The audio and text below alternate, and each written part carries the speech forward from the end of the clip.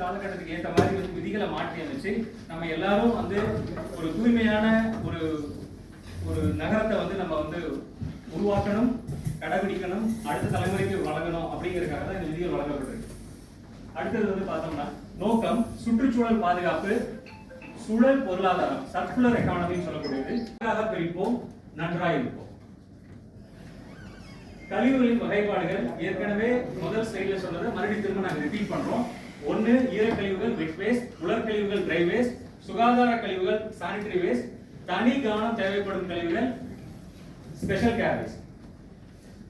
இயற்கை இந்த ஈரக்கழிவுகள் வந்து என்னென்ன அப்படிங்கறத இதுக்கு முன்னாடி ஸ்லைட்ல சொன்னோம். அதை என்னவா மாற்றலாம்? இயற்கை உரம் தயாரித்து மண்வளம் காக்க உதவும். உயிரி எரிவாயு பயோ பாத்தீங்கன்னா அந்த இடத்துல ஒரு வகையான வாயு உருவாகுது, அது பேர் வந்து மீத்தேன். அந்த மீத்தேன் வந்து அழிவுபூர்வமாகவும் பயன்படுது, ஆக்கப்பூர்வமாகவும் பயன்படுது.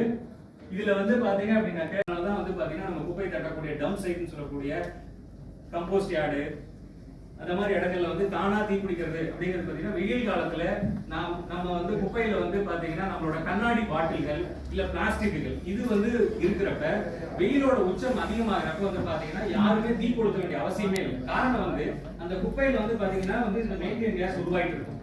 இந்த கண்ணாடி மேல சூரிய ஒளி படுறப்ப அதுவே வந்து பயன்படுத்தப்பட்ட ஒரு நாப்கினோ, பயன்படுத்தப்பட்ட ஒரு டயப்பரோ, பயன்படுத்தப்பட்ட ஒரு ஆணுரை எல்லா விளம்பரங்கள்லயும் அதை இந்த பொருள் வந்து நல்லது, இது வந்து நல்லா இருக்கும், இது வந்து பாத்தீங்கன்னா மத்த பொருளை விட நல்லது அப்படின்னு வந்து விளம்பரங்கள் இருக்கு. ஆனா பயன்படுத்தி முடிச்ச பின்னாடி அதை எப்படி வந்து பாதுகாப்பா வந்து அப்புறப்படுத்தணும் அப்படிங்கறத பத்தி அந்த விளம்பரங்கள் எங்கேயுமே சொல்லப்படுறது இல்ல. மக்களுக்கும் வந்து அதை வந்து அந்த கவர்ல வந்து எங்கன்னா போட்டிருக்காங்களா அதை நம்ம படிச்சு பார்ப்போம் அப்படிங்கிற மாதிரி வந்து மக்களுக்கும் வந்து சிந்திக்க தூண்டுற மாதிரி எதுவும் பண்றதும் இல்லை. ஒரு நாளைக்கு நமக்கு வந்து பாத்தீங்கன்னா குறைந்தபட்சம் ஒரு மண்டலத்துல இருந்து குறைந்தபட்சம் 1000 கிலோ கிட்ட நமக்கு வந்து பாத்தீங்கன்னா இந்த மாதிரி வந்து நாப்கின், டயப்பர், பேம்பர்ஸ் கிடையாது. அப்ப நமக்கு 4 மண்டலம் அப்படின்னா ஒரு நாளைக்கு 4000 கிலோ. ஒரு மாசத்துக்கு எவ்வளவு அப்படிங்கறத நம்மளோட கணக்கெடுக்க விட்டது. இது எல்லாத்தையுமே அழிக்கக்கூடிய ஒரே வழி வந்து பாத்தீங்கன்னா இன்சினரேஷன், எரித்தல் மட்டும்தான். ஆனா நம்ம வந்து பாத்தீங்கன்னா இதை வந்து நாம நேரடியா பண்ண முடியாது. இதை செய்யறதுக்கு நிறுவனங்கள் இருக்கு, நம்ம அவங்க கிட்ட கொடுத்து தான் பண்ணணும், இல்ல நம்ம அந்த இன்சினரேட்டர் போட்டு தான் பண்ணணும். ஆனா அப்படி செய்யாம இதை பொதுவெளியில போட்டாலோ இல்ல வந்து நீர்நிலைகள்ல போட்டாலோ இது எல்லாம் கடுமையான சுகாதார பாதிப்பை ஏற்படுத்தும். அதனால அந்த மாதிரி சுகாதார பாதிப்பு ஏற்படுத்தாத வகையில் இதை அப்புறப்படுத்த இந்த விதிகள் வழிவகுக்குது. அதை நம்ம கடைபிடிக்கணும். இப்பணியில் ஈடுபடும் தூய்மை பணியாளர்களின் நலன் கருதியும் இதை செய்யணும். நான்காவதாகவும் இறுதியாகவும் இருக்கக்கூடிய வகைகள் என்ன அப்படின்னு பாத்தீங்கன்னா தனி கவனம் தேவைப்படும் கழிவுகள். இதுல நம்ம ஏற்கனவே படிச்சிருக்கோம். பல்புகள், பேட்டரிகள், பயன்படுத்தப்பட்ட டின்னுகள், பெயிண்ட் டின்னுகள், பூச்சிக்கொல்லி டின்னுகள், காலாவதியான மருந்துகள் மற்றும் தெர்மாமீட்டர்கள். ஏன் தெர்மாமீட்டர் குறிப்பா சொல்றாங்க அப்படின்னு கேட்டோம்னா அதுல வந்து பாத்தீங்கன்னா நம்ம பாதரசம் சொல்லக்கூடிய அந்த மெர்க்குரியை வந்து ஆங்கிலத்துல வந்து பாத்தீங்கன்னா லிக்விட் நைஃப் அப்படின்னு சொல்லுவாங்க. மெர்க்குரி யாராவது முழுங்கிட்டாங்க அப்படின்னா அது உள்ள போக போக வெட்டிக்கிட்டே போகும். அது போகக்கூடிய இடங்கள் லிக்விட் நைஃப் கத்தியால வெட்டுற மாதிரி உடம்போட பாகங்களை வெட்டிட்டு அவங்க செத்துருவாங்க. அதனாலதான் பாதரசத்தை கையால தொடக்கூடாது அப்படின்னு சொல்றாங்க. பாதரசத்தை நம்ம வந்து கீழே கொட்டிட்டோம்னா அதை நம்மளால எடுக்கவே முடியாது. நம்ம வந்து ஒரு தெர்மாமீட்டர் உடைச்சிட்டோம்னு வச்சோங்களேன், அதுல இருக்க பாதரசம் கீழே விழுந்துச்சுன்னா கையால் எடுக்க முடியாது.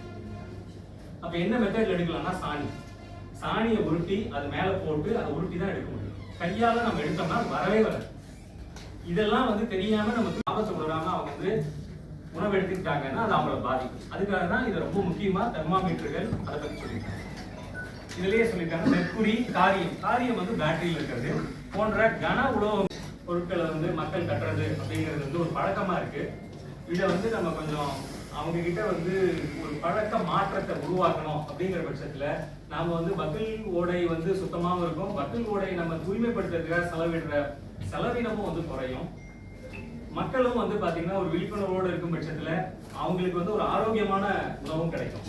அவங்க வந்து இன்னைக்கு மீன் சாப்பிடக்கூடியது அப்படிங்கறத இதே காட்சி படங்கள்ல வந்து பாத்தீங்கன்னா ஒரு மீனை போட்டு அதை வந்து பாத்தீங்கன்னா முழுசா பிளாஸ்டிக்கா போட்டு தான் வச்சிருக்காங்க. அதை போட்டா சரி கொஞ்சம் பேருக்கு வந்து கஷ்டமா இருக்குமே அப்படிங்கறதுனால நான் அதை போடுறேன் அப்படின்னா நம்ம சாப்பிடுறது பிளாஸ்டிக்ஸ், மீன் கிடையாது அப்படின்னு சொல்லியிருக்காங்க. அந்த வீடியோ போட்டு விடுங்க, மீன் கிடையாது சார். இதுல பொதுமக்களின் கடமைகள் அப்படின்னு சொல்லியிருக்காங்க. குப்பைகளை இருக்காங்க ஆக்சுவலா இல்லனா நீங்க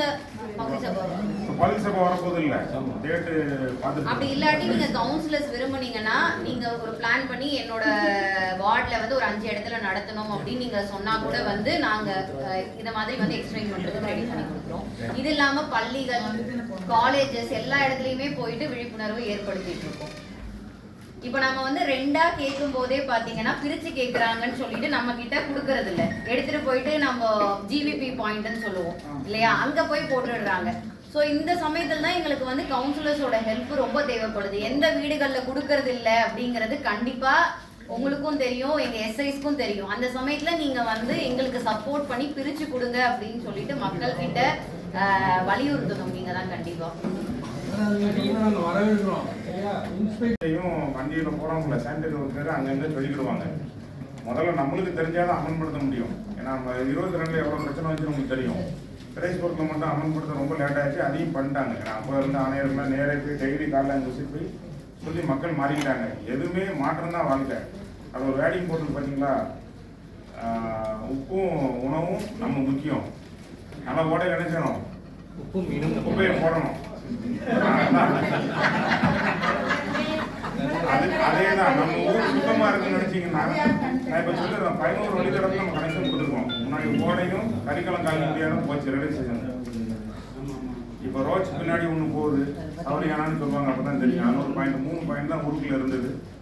பெல்லூர் முன்னாடி ஒண்ணு போட்டாச்சு, திரேஸ்வரம் கடற்கரையில கொண்டு விட்டாச்சு, எங்கேஜ் 45 கோரமரத்துல கொண்டு விட்டுருக்கோம் 3 இதாச்சு. இப்படி நம்ம எல்லா இடத்துலையும் பார்த்து 11 வழித்தடம் வந்தோம். உங்க ஏரியால ராஜபாண்டி நேரடியாக ஒன்று கொண்டு விட்டுருக்கோம். அது உப்பளத்தை எல்லாம் வந்து முன்னாடி காலத்துல வந்து ஆங்கிலேயர் காலத்துல உப்புலர் மட்டும் தான் இருந்தது, மீன்பிடி தொழில் இருந்தது. ரெண்டுமே இப்போ இருக்கு, எந்த பாதிப்பும் இல்லாம. அவர் சொன்ன மாதிரி 44 கிலோ பிளாஸ்டிக் ஒரு நாளைக்கு வச்சிருக்காங்க. வருஷத்துக்கு நம்மளால யூஸ் பண்ண சொல்றோம். நம்ம இந்த பேஸ்பாட் இந்த இருக்கிற இதெல்லாம் நம்ம முதல்ல கட் பண்ணிக்க வேண்டியது. நம்ம மீட்டிங்ல இருக்காது, இதான் லாஸ்ட். அதை சொல்லிடுறேன். ப்ரெஸ் இதெல்லாம் எங்க போகுது, நீங்க செய்ய வேண்டிய பால் பாக்கெட்டை கட் பண்ணா ரேட் என்னன்னு போட்டுருங்க. அது நீங்க நாளைக்கு கட் பண்ணி பாருங்க. அந்த மாதிரி சில விஷயம் நடைமுறை எங்க கவனிங்க. உங்க வீட்டுல போய் ஆர்குமெண்ட் பண்ணுங்க. நடைமுறையை மாற்றி விட்டாங்கன்னா மாற்ற முடியாது ஒன்றும் இல்லை. நம்ம ஊரை நம்ம தான் காப்பாற்ற முடியும். உணவு சார்ந்த தொழில் இங்கே இருக்கு.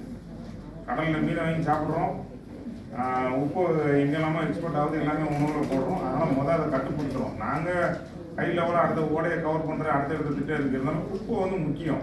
அதுக்கு நம்ம ஏகப்பட்ட கோடி செலவு பண்ணுறோம். குப்பை வராமல் போச்சு அப்படின்னா அந்த காலத்தில் நம்ம மரத்துலேருந்து ஓடுற இடம் இருக்குல்ல, அதை வச்சு நம்மளே வெந்நீர்லாம் போட்டுருக்கோம். யாரும் யூஸ் பண்ணுறது இல்லையா, கேஸ் அங்கன்னு போயிட்டாங்க. அதுக்குன்னு இருக்கிற தோது இருந்தால் அதை கூட நம்ம பண்ணிக்கலாம். அது வந்து மனராய் செய்யணும் இல்லை, எங்களோட கருத்து. நீங்கள் தானே தீ வைக்க சொல்லுங்கன்னு சொல்லிடுறாங்க. இந்த மாதிரி பிரித்து கொடுக்குறத ஆஃபீஸர் இம்ப்ளிமெண்ட் பண்ணுவாங்க. என்ன பிரச்சனை வருதோ நம்மளால முடிஞ்ச முறையை பண்ணுவோம். இதில் ஒரு ஆளாக கருத்து சொல்லுங்க, மேடம் வந்துட்டுருவாங்க. மொத்தம் என்னன்னா சத்தம் கேட்கு. குரூப்பில் பார்த்துட்டே இருக்கணும். 3 எஸ்ஐ தான், பேரை இப்போ எடுத்து பார்த்தா கூட தெரியும். ஆனால் அதை ஃபாலோ பண்ணுங்க.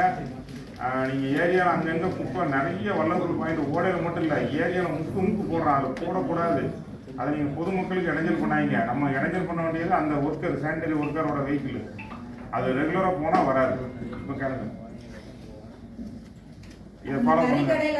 பயன்படுத்துறாங்கல்ல வாரந்தோறும் கறிக்கடை, அந்த கழிவு பூரா ஓடையில இருந்து தட்டுறாங்க. அதான் அதுக்கு என்ன கேமரா வச்சு அது பயன் முதப்பாடு இல்ல. கறிக்கடை ஒரு ஐடியா பண்ணிருக்காங்க.